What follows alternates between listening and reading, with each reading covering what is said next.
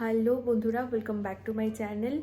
এই যে আমি রেডি হয়ে গিয়ে ছেলেকে স্কুলে দিয়ে এসেছি, আর পিছনে এখানে দেখতে পাবে বক্স রাখা রয়েছে, যেগুলো গিফট রয়েছে এর মধ্যে ছেলের, কারণ আজকে ছেলের বার্থডে। তো আমরা খুব এক্সাইটেড।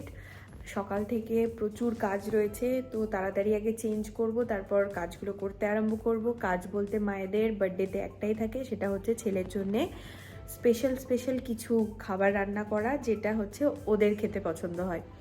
তো আজকে আমরা সত্যি খুব এক্সাইটেড। ওর 8 ইয়ার্স কমপ্লিট হলো। ওয়েদারটা খুব বাজে, তোমাদেরকে দেখাই যে আজকে ওয়েদারটা এখানে কীরকম রয়েছে। এক সেকেন্ড।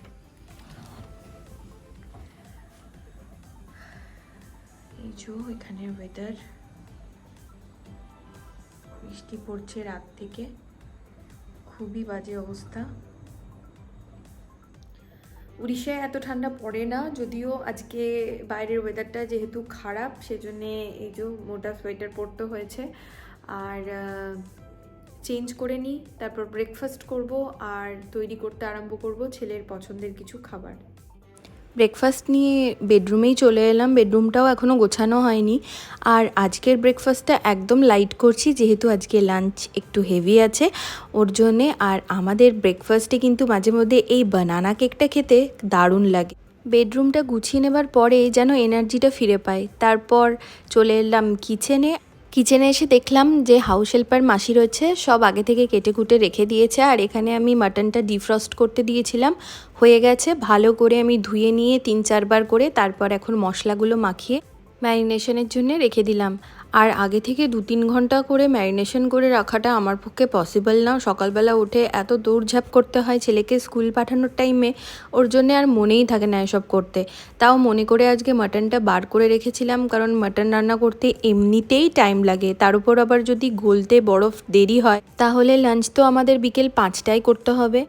আর আজ যেহেতু উইকডে, তাই জন্যে একটু তো কাজের প্রেশার রয়েছেই, যেটা স্কুল আর অফিসের জন্যে। ছেলেকে স্কুলে দিয়ে এসছি, আবার নিয়েও আসতে হবে টাইমলি। আর এখানে হাজব্যান্ড এসে লাঞ্চও করবে, তো মাটনটা তাড়াতাড়ি হয়ে গেলে আমার একটু শান্তি হয়। তো এখানে মাটনটা আমি কষতেও দিয়ে দিয়েছি, আর মাটনটা কষার টাইমে এত সুন্দর গন্ধ আসছিল, তো আমি ভাবলাম হয়তো আজকে রান্নাটা ভালোই হতে চলেছে।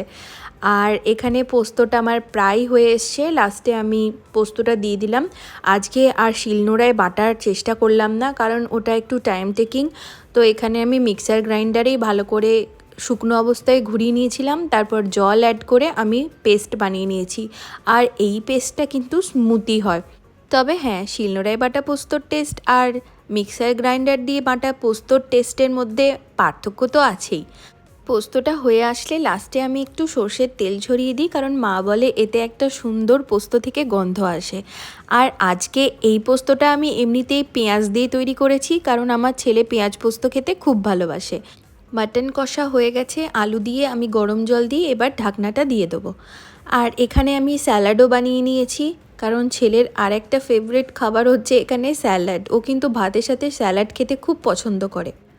আর ওকে নিয়ে চলেও এলাম স্কুল থেকে। আর আজকে 25 জানুয়ারি, তাই 26 জানুয়ারি সেলিব্রেশনটা আজকে ওদের জুনিয়র সেকশনে হয়ে গেল। Happy birthday শাতানি।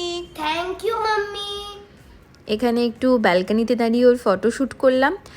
আজকে যেহেতু মন থেকে রান্নাটা করেছিলাম, তাই জন্যে খেতেও বেশ ভালোই হয়েছিল। আর তারপর ওকে লাঞ্চটা সার্ভ করে দিলাম। স্কুল থেকে আসার পর স্নান করার পরেই ওর খিদে পেয়ে যায়, তাই তাড়াতাড়ি ওর জন্যে গরম গরম ভাত আর মাটনটা দিলাম।